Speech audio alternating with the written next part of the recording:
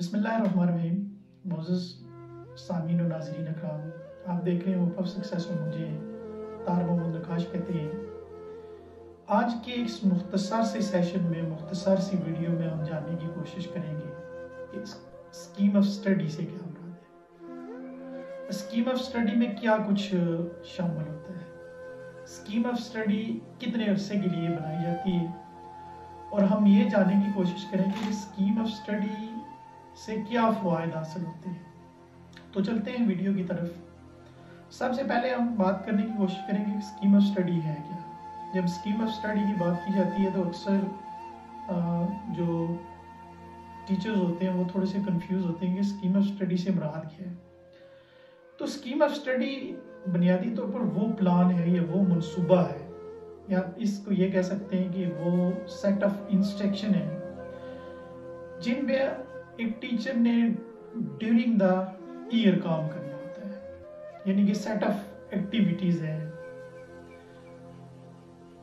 یا set of آپ کہہ سکتے ہیں کہ پلان ہے کہ وہ ہر ایک انسٹرکشن کہ ٹیچر کو یہ سمجھ آ جائے گی کہ اس نے ڈیورنگ ایئر کام کیا کرنا ہے۔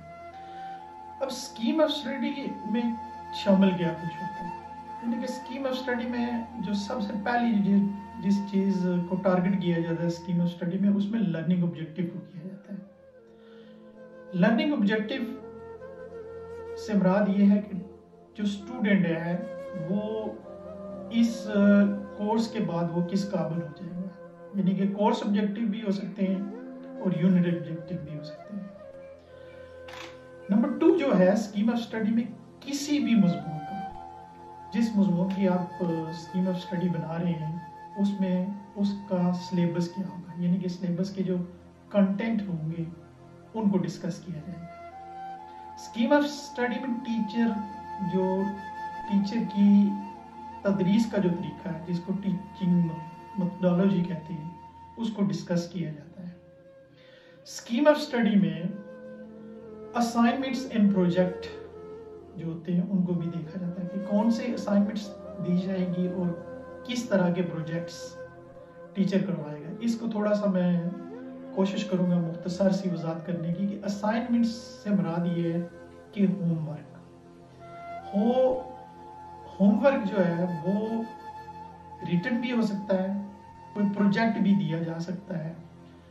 تو جو بھی ٹیچر بچے کو وہ ٹاسک، کوئی بھی ٹاسک دے گا جو بچہ گھر سے کر کے لائے گا، اس کو آپ اسائنمنٹ کہہ سکتے ہیں۔ اور پروجیکٹ بچہ انڈیویجول بھی کر سکتا ہے اور 2-3 بچے کلاس کے مل کر بھی کر سکتے ہیں۔ پروجیکٹ میں یہ ہوتا ہے کہ کوئی ریئل آبجیکٹ یا فیلڈ ورک بھی دے سکتا ہے کہ آپ فیلڈ میں جائیں، سائنس سے فرض کیا تو سائنس کے حوالے سے کوئی پروجیکٹ دے دیا جاتا ہے۔ پارٹس آف پلانٹ کے بارے میں اگر ٹیچر کہتا ہے تو وہ یہ کہہ سکتا ہے کہ آپ فیلڈ میں جائیں اور ایک پودا لیں اور اس کے جو پارٹس ہیں ان کو ڈیٹیل کر کے لائیں، اس کو کسی جگہ پہ چسپاں کر دیں، کسی چارٹ پہ چسپاں کر کے آپ اس کے جو پودے کے جو مختلف حصے ہیں ان کو ڈیٹیل کر کے لائیں، ان کے نام لکھ کر۔ اکیڈمک کیلنڈر جو ہوتا ہے، اکیڈمک کیلنڈر سے مراد یہ ہے کہ اسکیم آف اسٹڈی جو ہوگی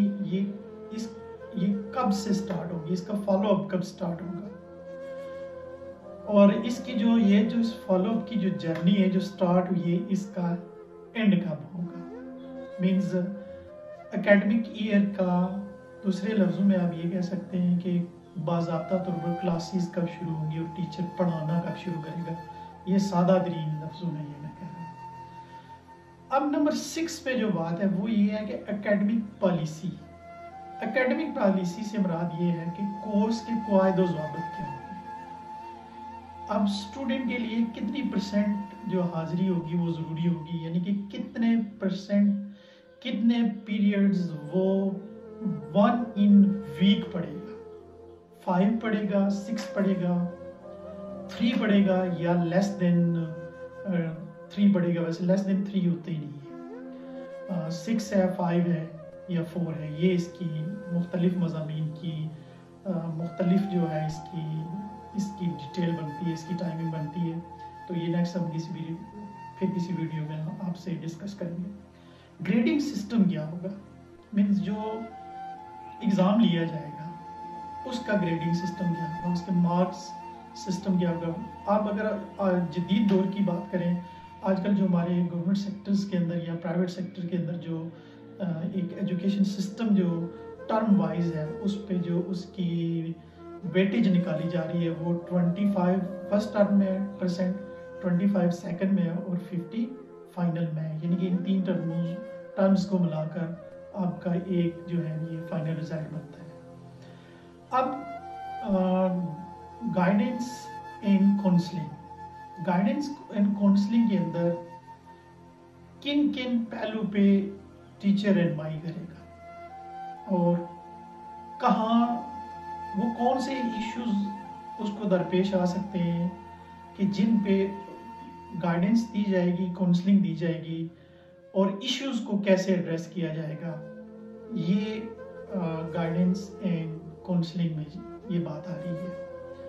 अब को करिकुलर एक्टिविटीज कौन सी होगी, यानी कि को करिकुलर एक्टिविटीज को आजकल एजुकेशन में बहुत ज़्यादा वेटेज दी जा रही है। उसकी वजह ये है कि जहाँ पे आपकी निसाबी सरगर्मी है वहाँ पे हम निसाबी सरगर्मियाँ बहुत अहम होगी। को करिकुलर एक्टिविटीज़ में प्ले डे किस दिन होगा, अच्छा जी, उसके बाद कलर डे किस दिन होगा, एक्टिविटीज़ जो मुख्तलिफ होती हैं वो किस डे करवाई जाएंगी। फिर छोटी क्लासेस में कलर डेज बनाया जा सकता है, फ्रूट डेज बनाया जा सकता है, बैलून्स डे बनाया जा सकता है। तो आप बहुत सारी चीज़ें, अगर हम एक्टिविटीज़ पे बात करें तो ये हमारी बात काफ़ी लंबी हो जाएगी।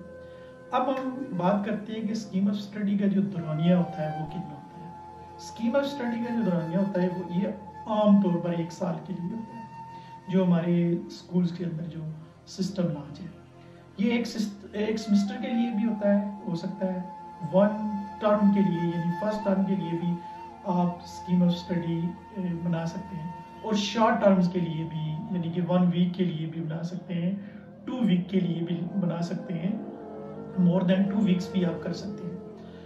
लेकिन जो डिग्री लेवल है अगर उस पर बात करें तो इसका अरसा ज़्यादा भी हो सकता है। ये डिपेंड कर रहा है कि आपका जो एकेडमिक कैलेंडर है वो किस तरह से फॉल हो रहा है, यानी वो किस तरह से फॉल कर रहा है। जिस तरह का आपका एकेडमिक कैलेंडर होगा, आपकी जो स्टार्टिंग क्लासेस की जो डेट्स होंगी और जो एंड की जो डेट होगी रिज़ल्ट की होगी, ये उस पर डिपेंड कर रहा है। इसमें आपका एग्ज़ाम के जो डेज हैं उनको भी शामिल किया जाता है। अब स्कीम ऑफ स्टडी के फ़वाइद क्या है। स्कीम ऑफ स्टडी का सबसे फ़ायदा तो ये है कि जो लर्निंग ऑब्जेक्टिव होते हैं उनको टीचर इजीली अचीव कर सकते हैं। दूसरा ये है कि टीचर को उसको एक प्लान मिल जाता है और उसे पता होता है कि उसने मंडे क्या काम करना है, उसने फर्स्ट डे ट्यूसडे क्या करना है, सैटरडे क्या करना है, तो वो सारी चीज़ें होती हैं। किस दिन उसने टेस्ट लेना है, अच्छा जी, वो सारा एक प्लान ज़हन में आ जाता है। उससे ये होता है कि टीचर जो इजीली अपने काम को कर सकता है और मोर प्रोडक्टिव हो सकता है टीचर। स्कीम ऑफ स्टडी का सबसे ये फ़ायदा है। फिर ये है कि जो असेसमेंट्स होती हैं उन असेसमेंट लेना बड़ा आसान हो जाता है। यानी कि इसमें एक बड़ी अहम चीज़ है जो असेसमेंट है, असेसमेंट एंड एग्ज़ाम, यानी कि जो अहम तरीन चीज़ स्कीम ऑफ स्टडी के अंदर है, असेसमेंट एंड एग्ज़ाम। चूँकि ये सारी चीज़ें एंड पे की जाती हैं। असेसमेंट्स तो ड्यूरिंग जो आपकी क्लास होती है उसमें आप लेते रहते हैं, लेकिन जो एग्ज़ाम होता है वो at the end of term लिया जाता है, इसलिए मैंने इसको आखिर में रखा है। तो ये सारी चीज़ें हैं जो एक स्कीम ऑफ स्टडी में आती हैं। तो स्कीम ऑफ स्टडी बनाने का तरीका इंशाल्लाह हम नेक्स्ट सीखेंगे। आई होप सो कि आपको ये जो हमारी वीडियो ये इंटरेस्टिंग लगी होगी और ये टीचर के लिए बड़ी, जितने भी हमारे टीचर्स हैं उनके लिए ये बड़ी सूदमंद है। Thank you very much for your listening. I hope so कि आप हमारी इस वीडियो को पसंद करेंगे और इसको दूसरे लोगों के साथ शेयर करेंगे। جب تک ہم آپ کے لیے نئی ویڈیو لاتے تب تک ہمیں اجازت دیں. اللہ آپ کا حامی و ناصر ہو. والسلام.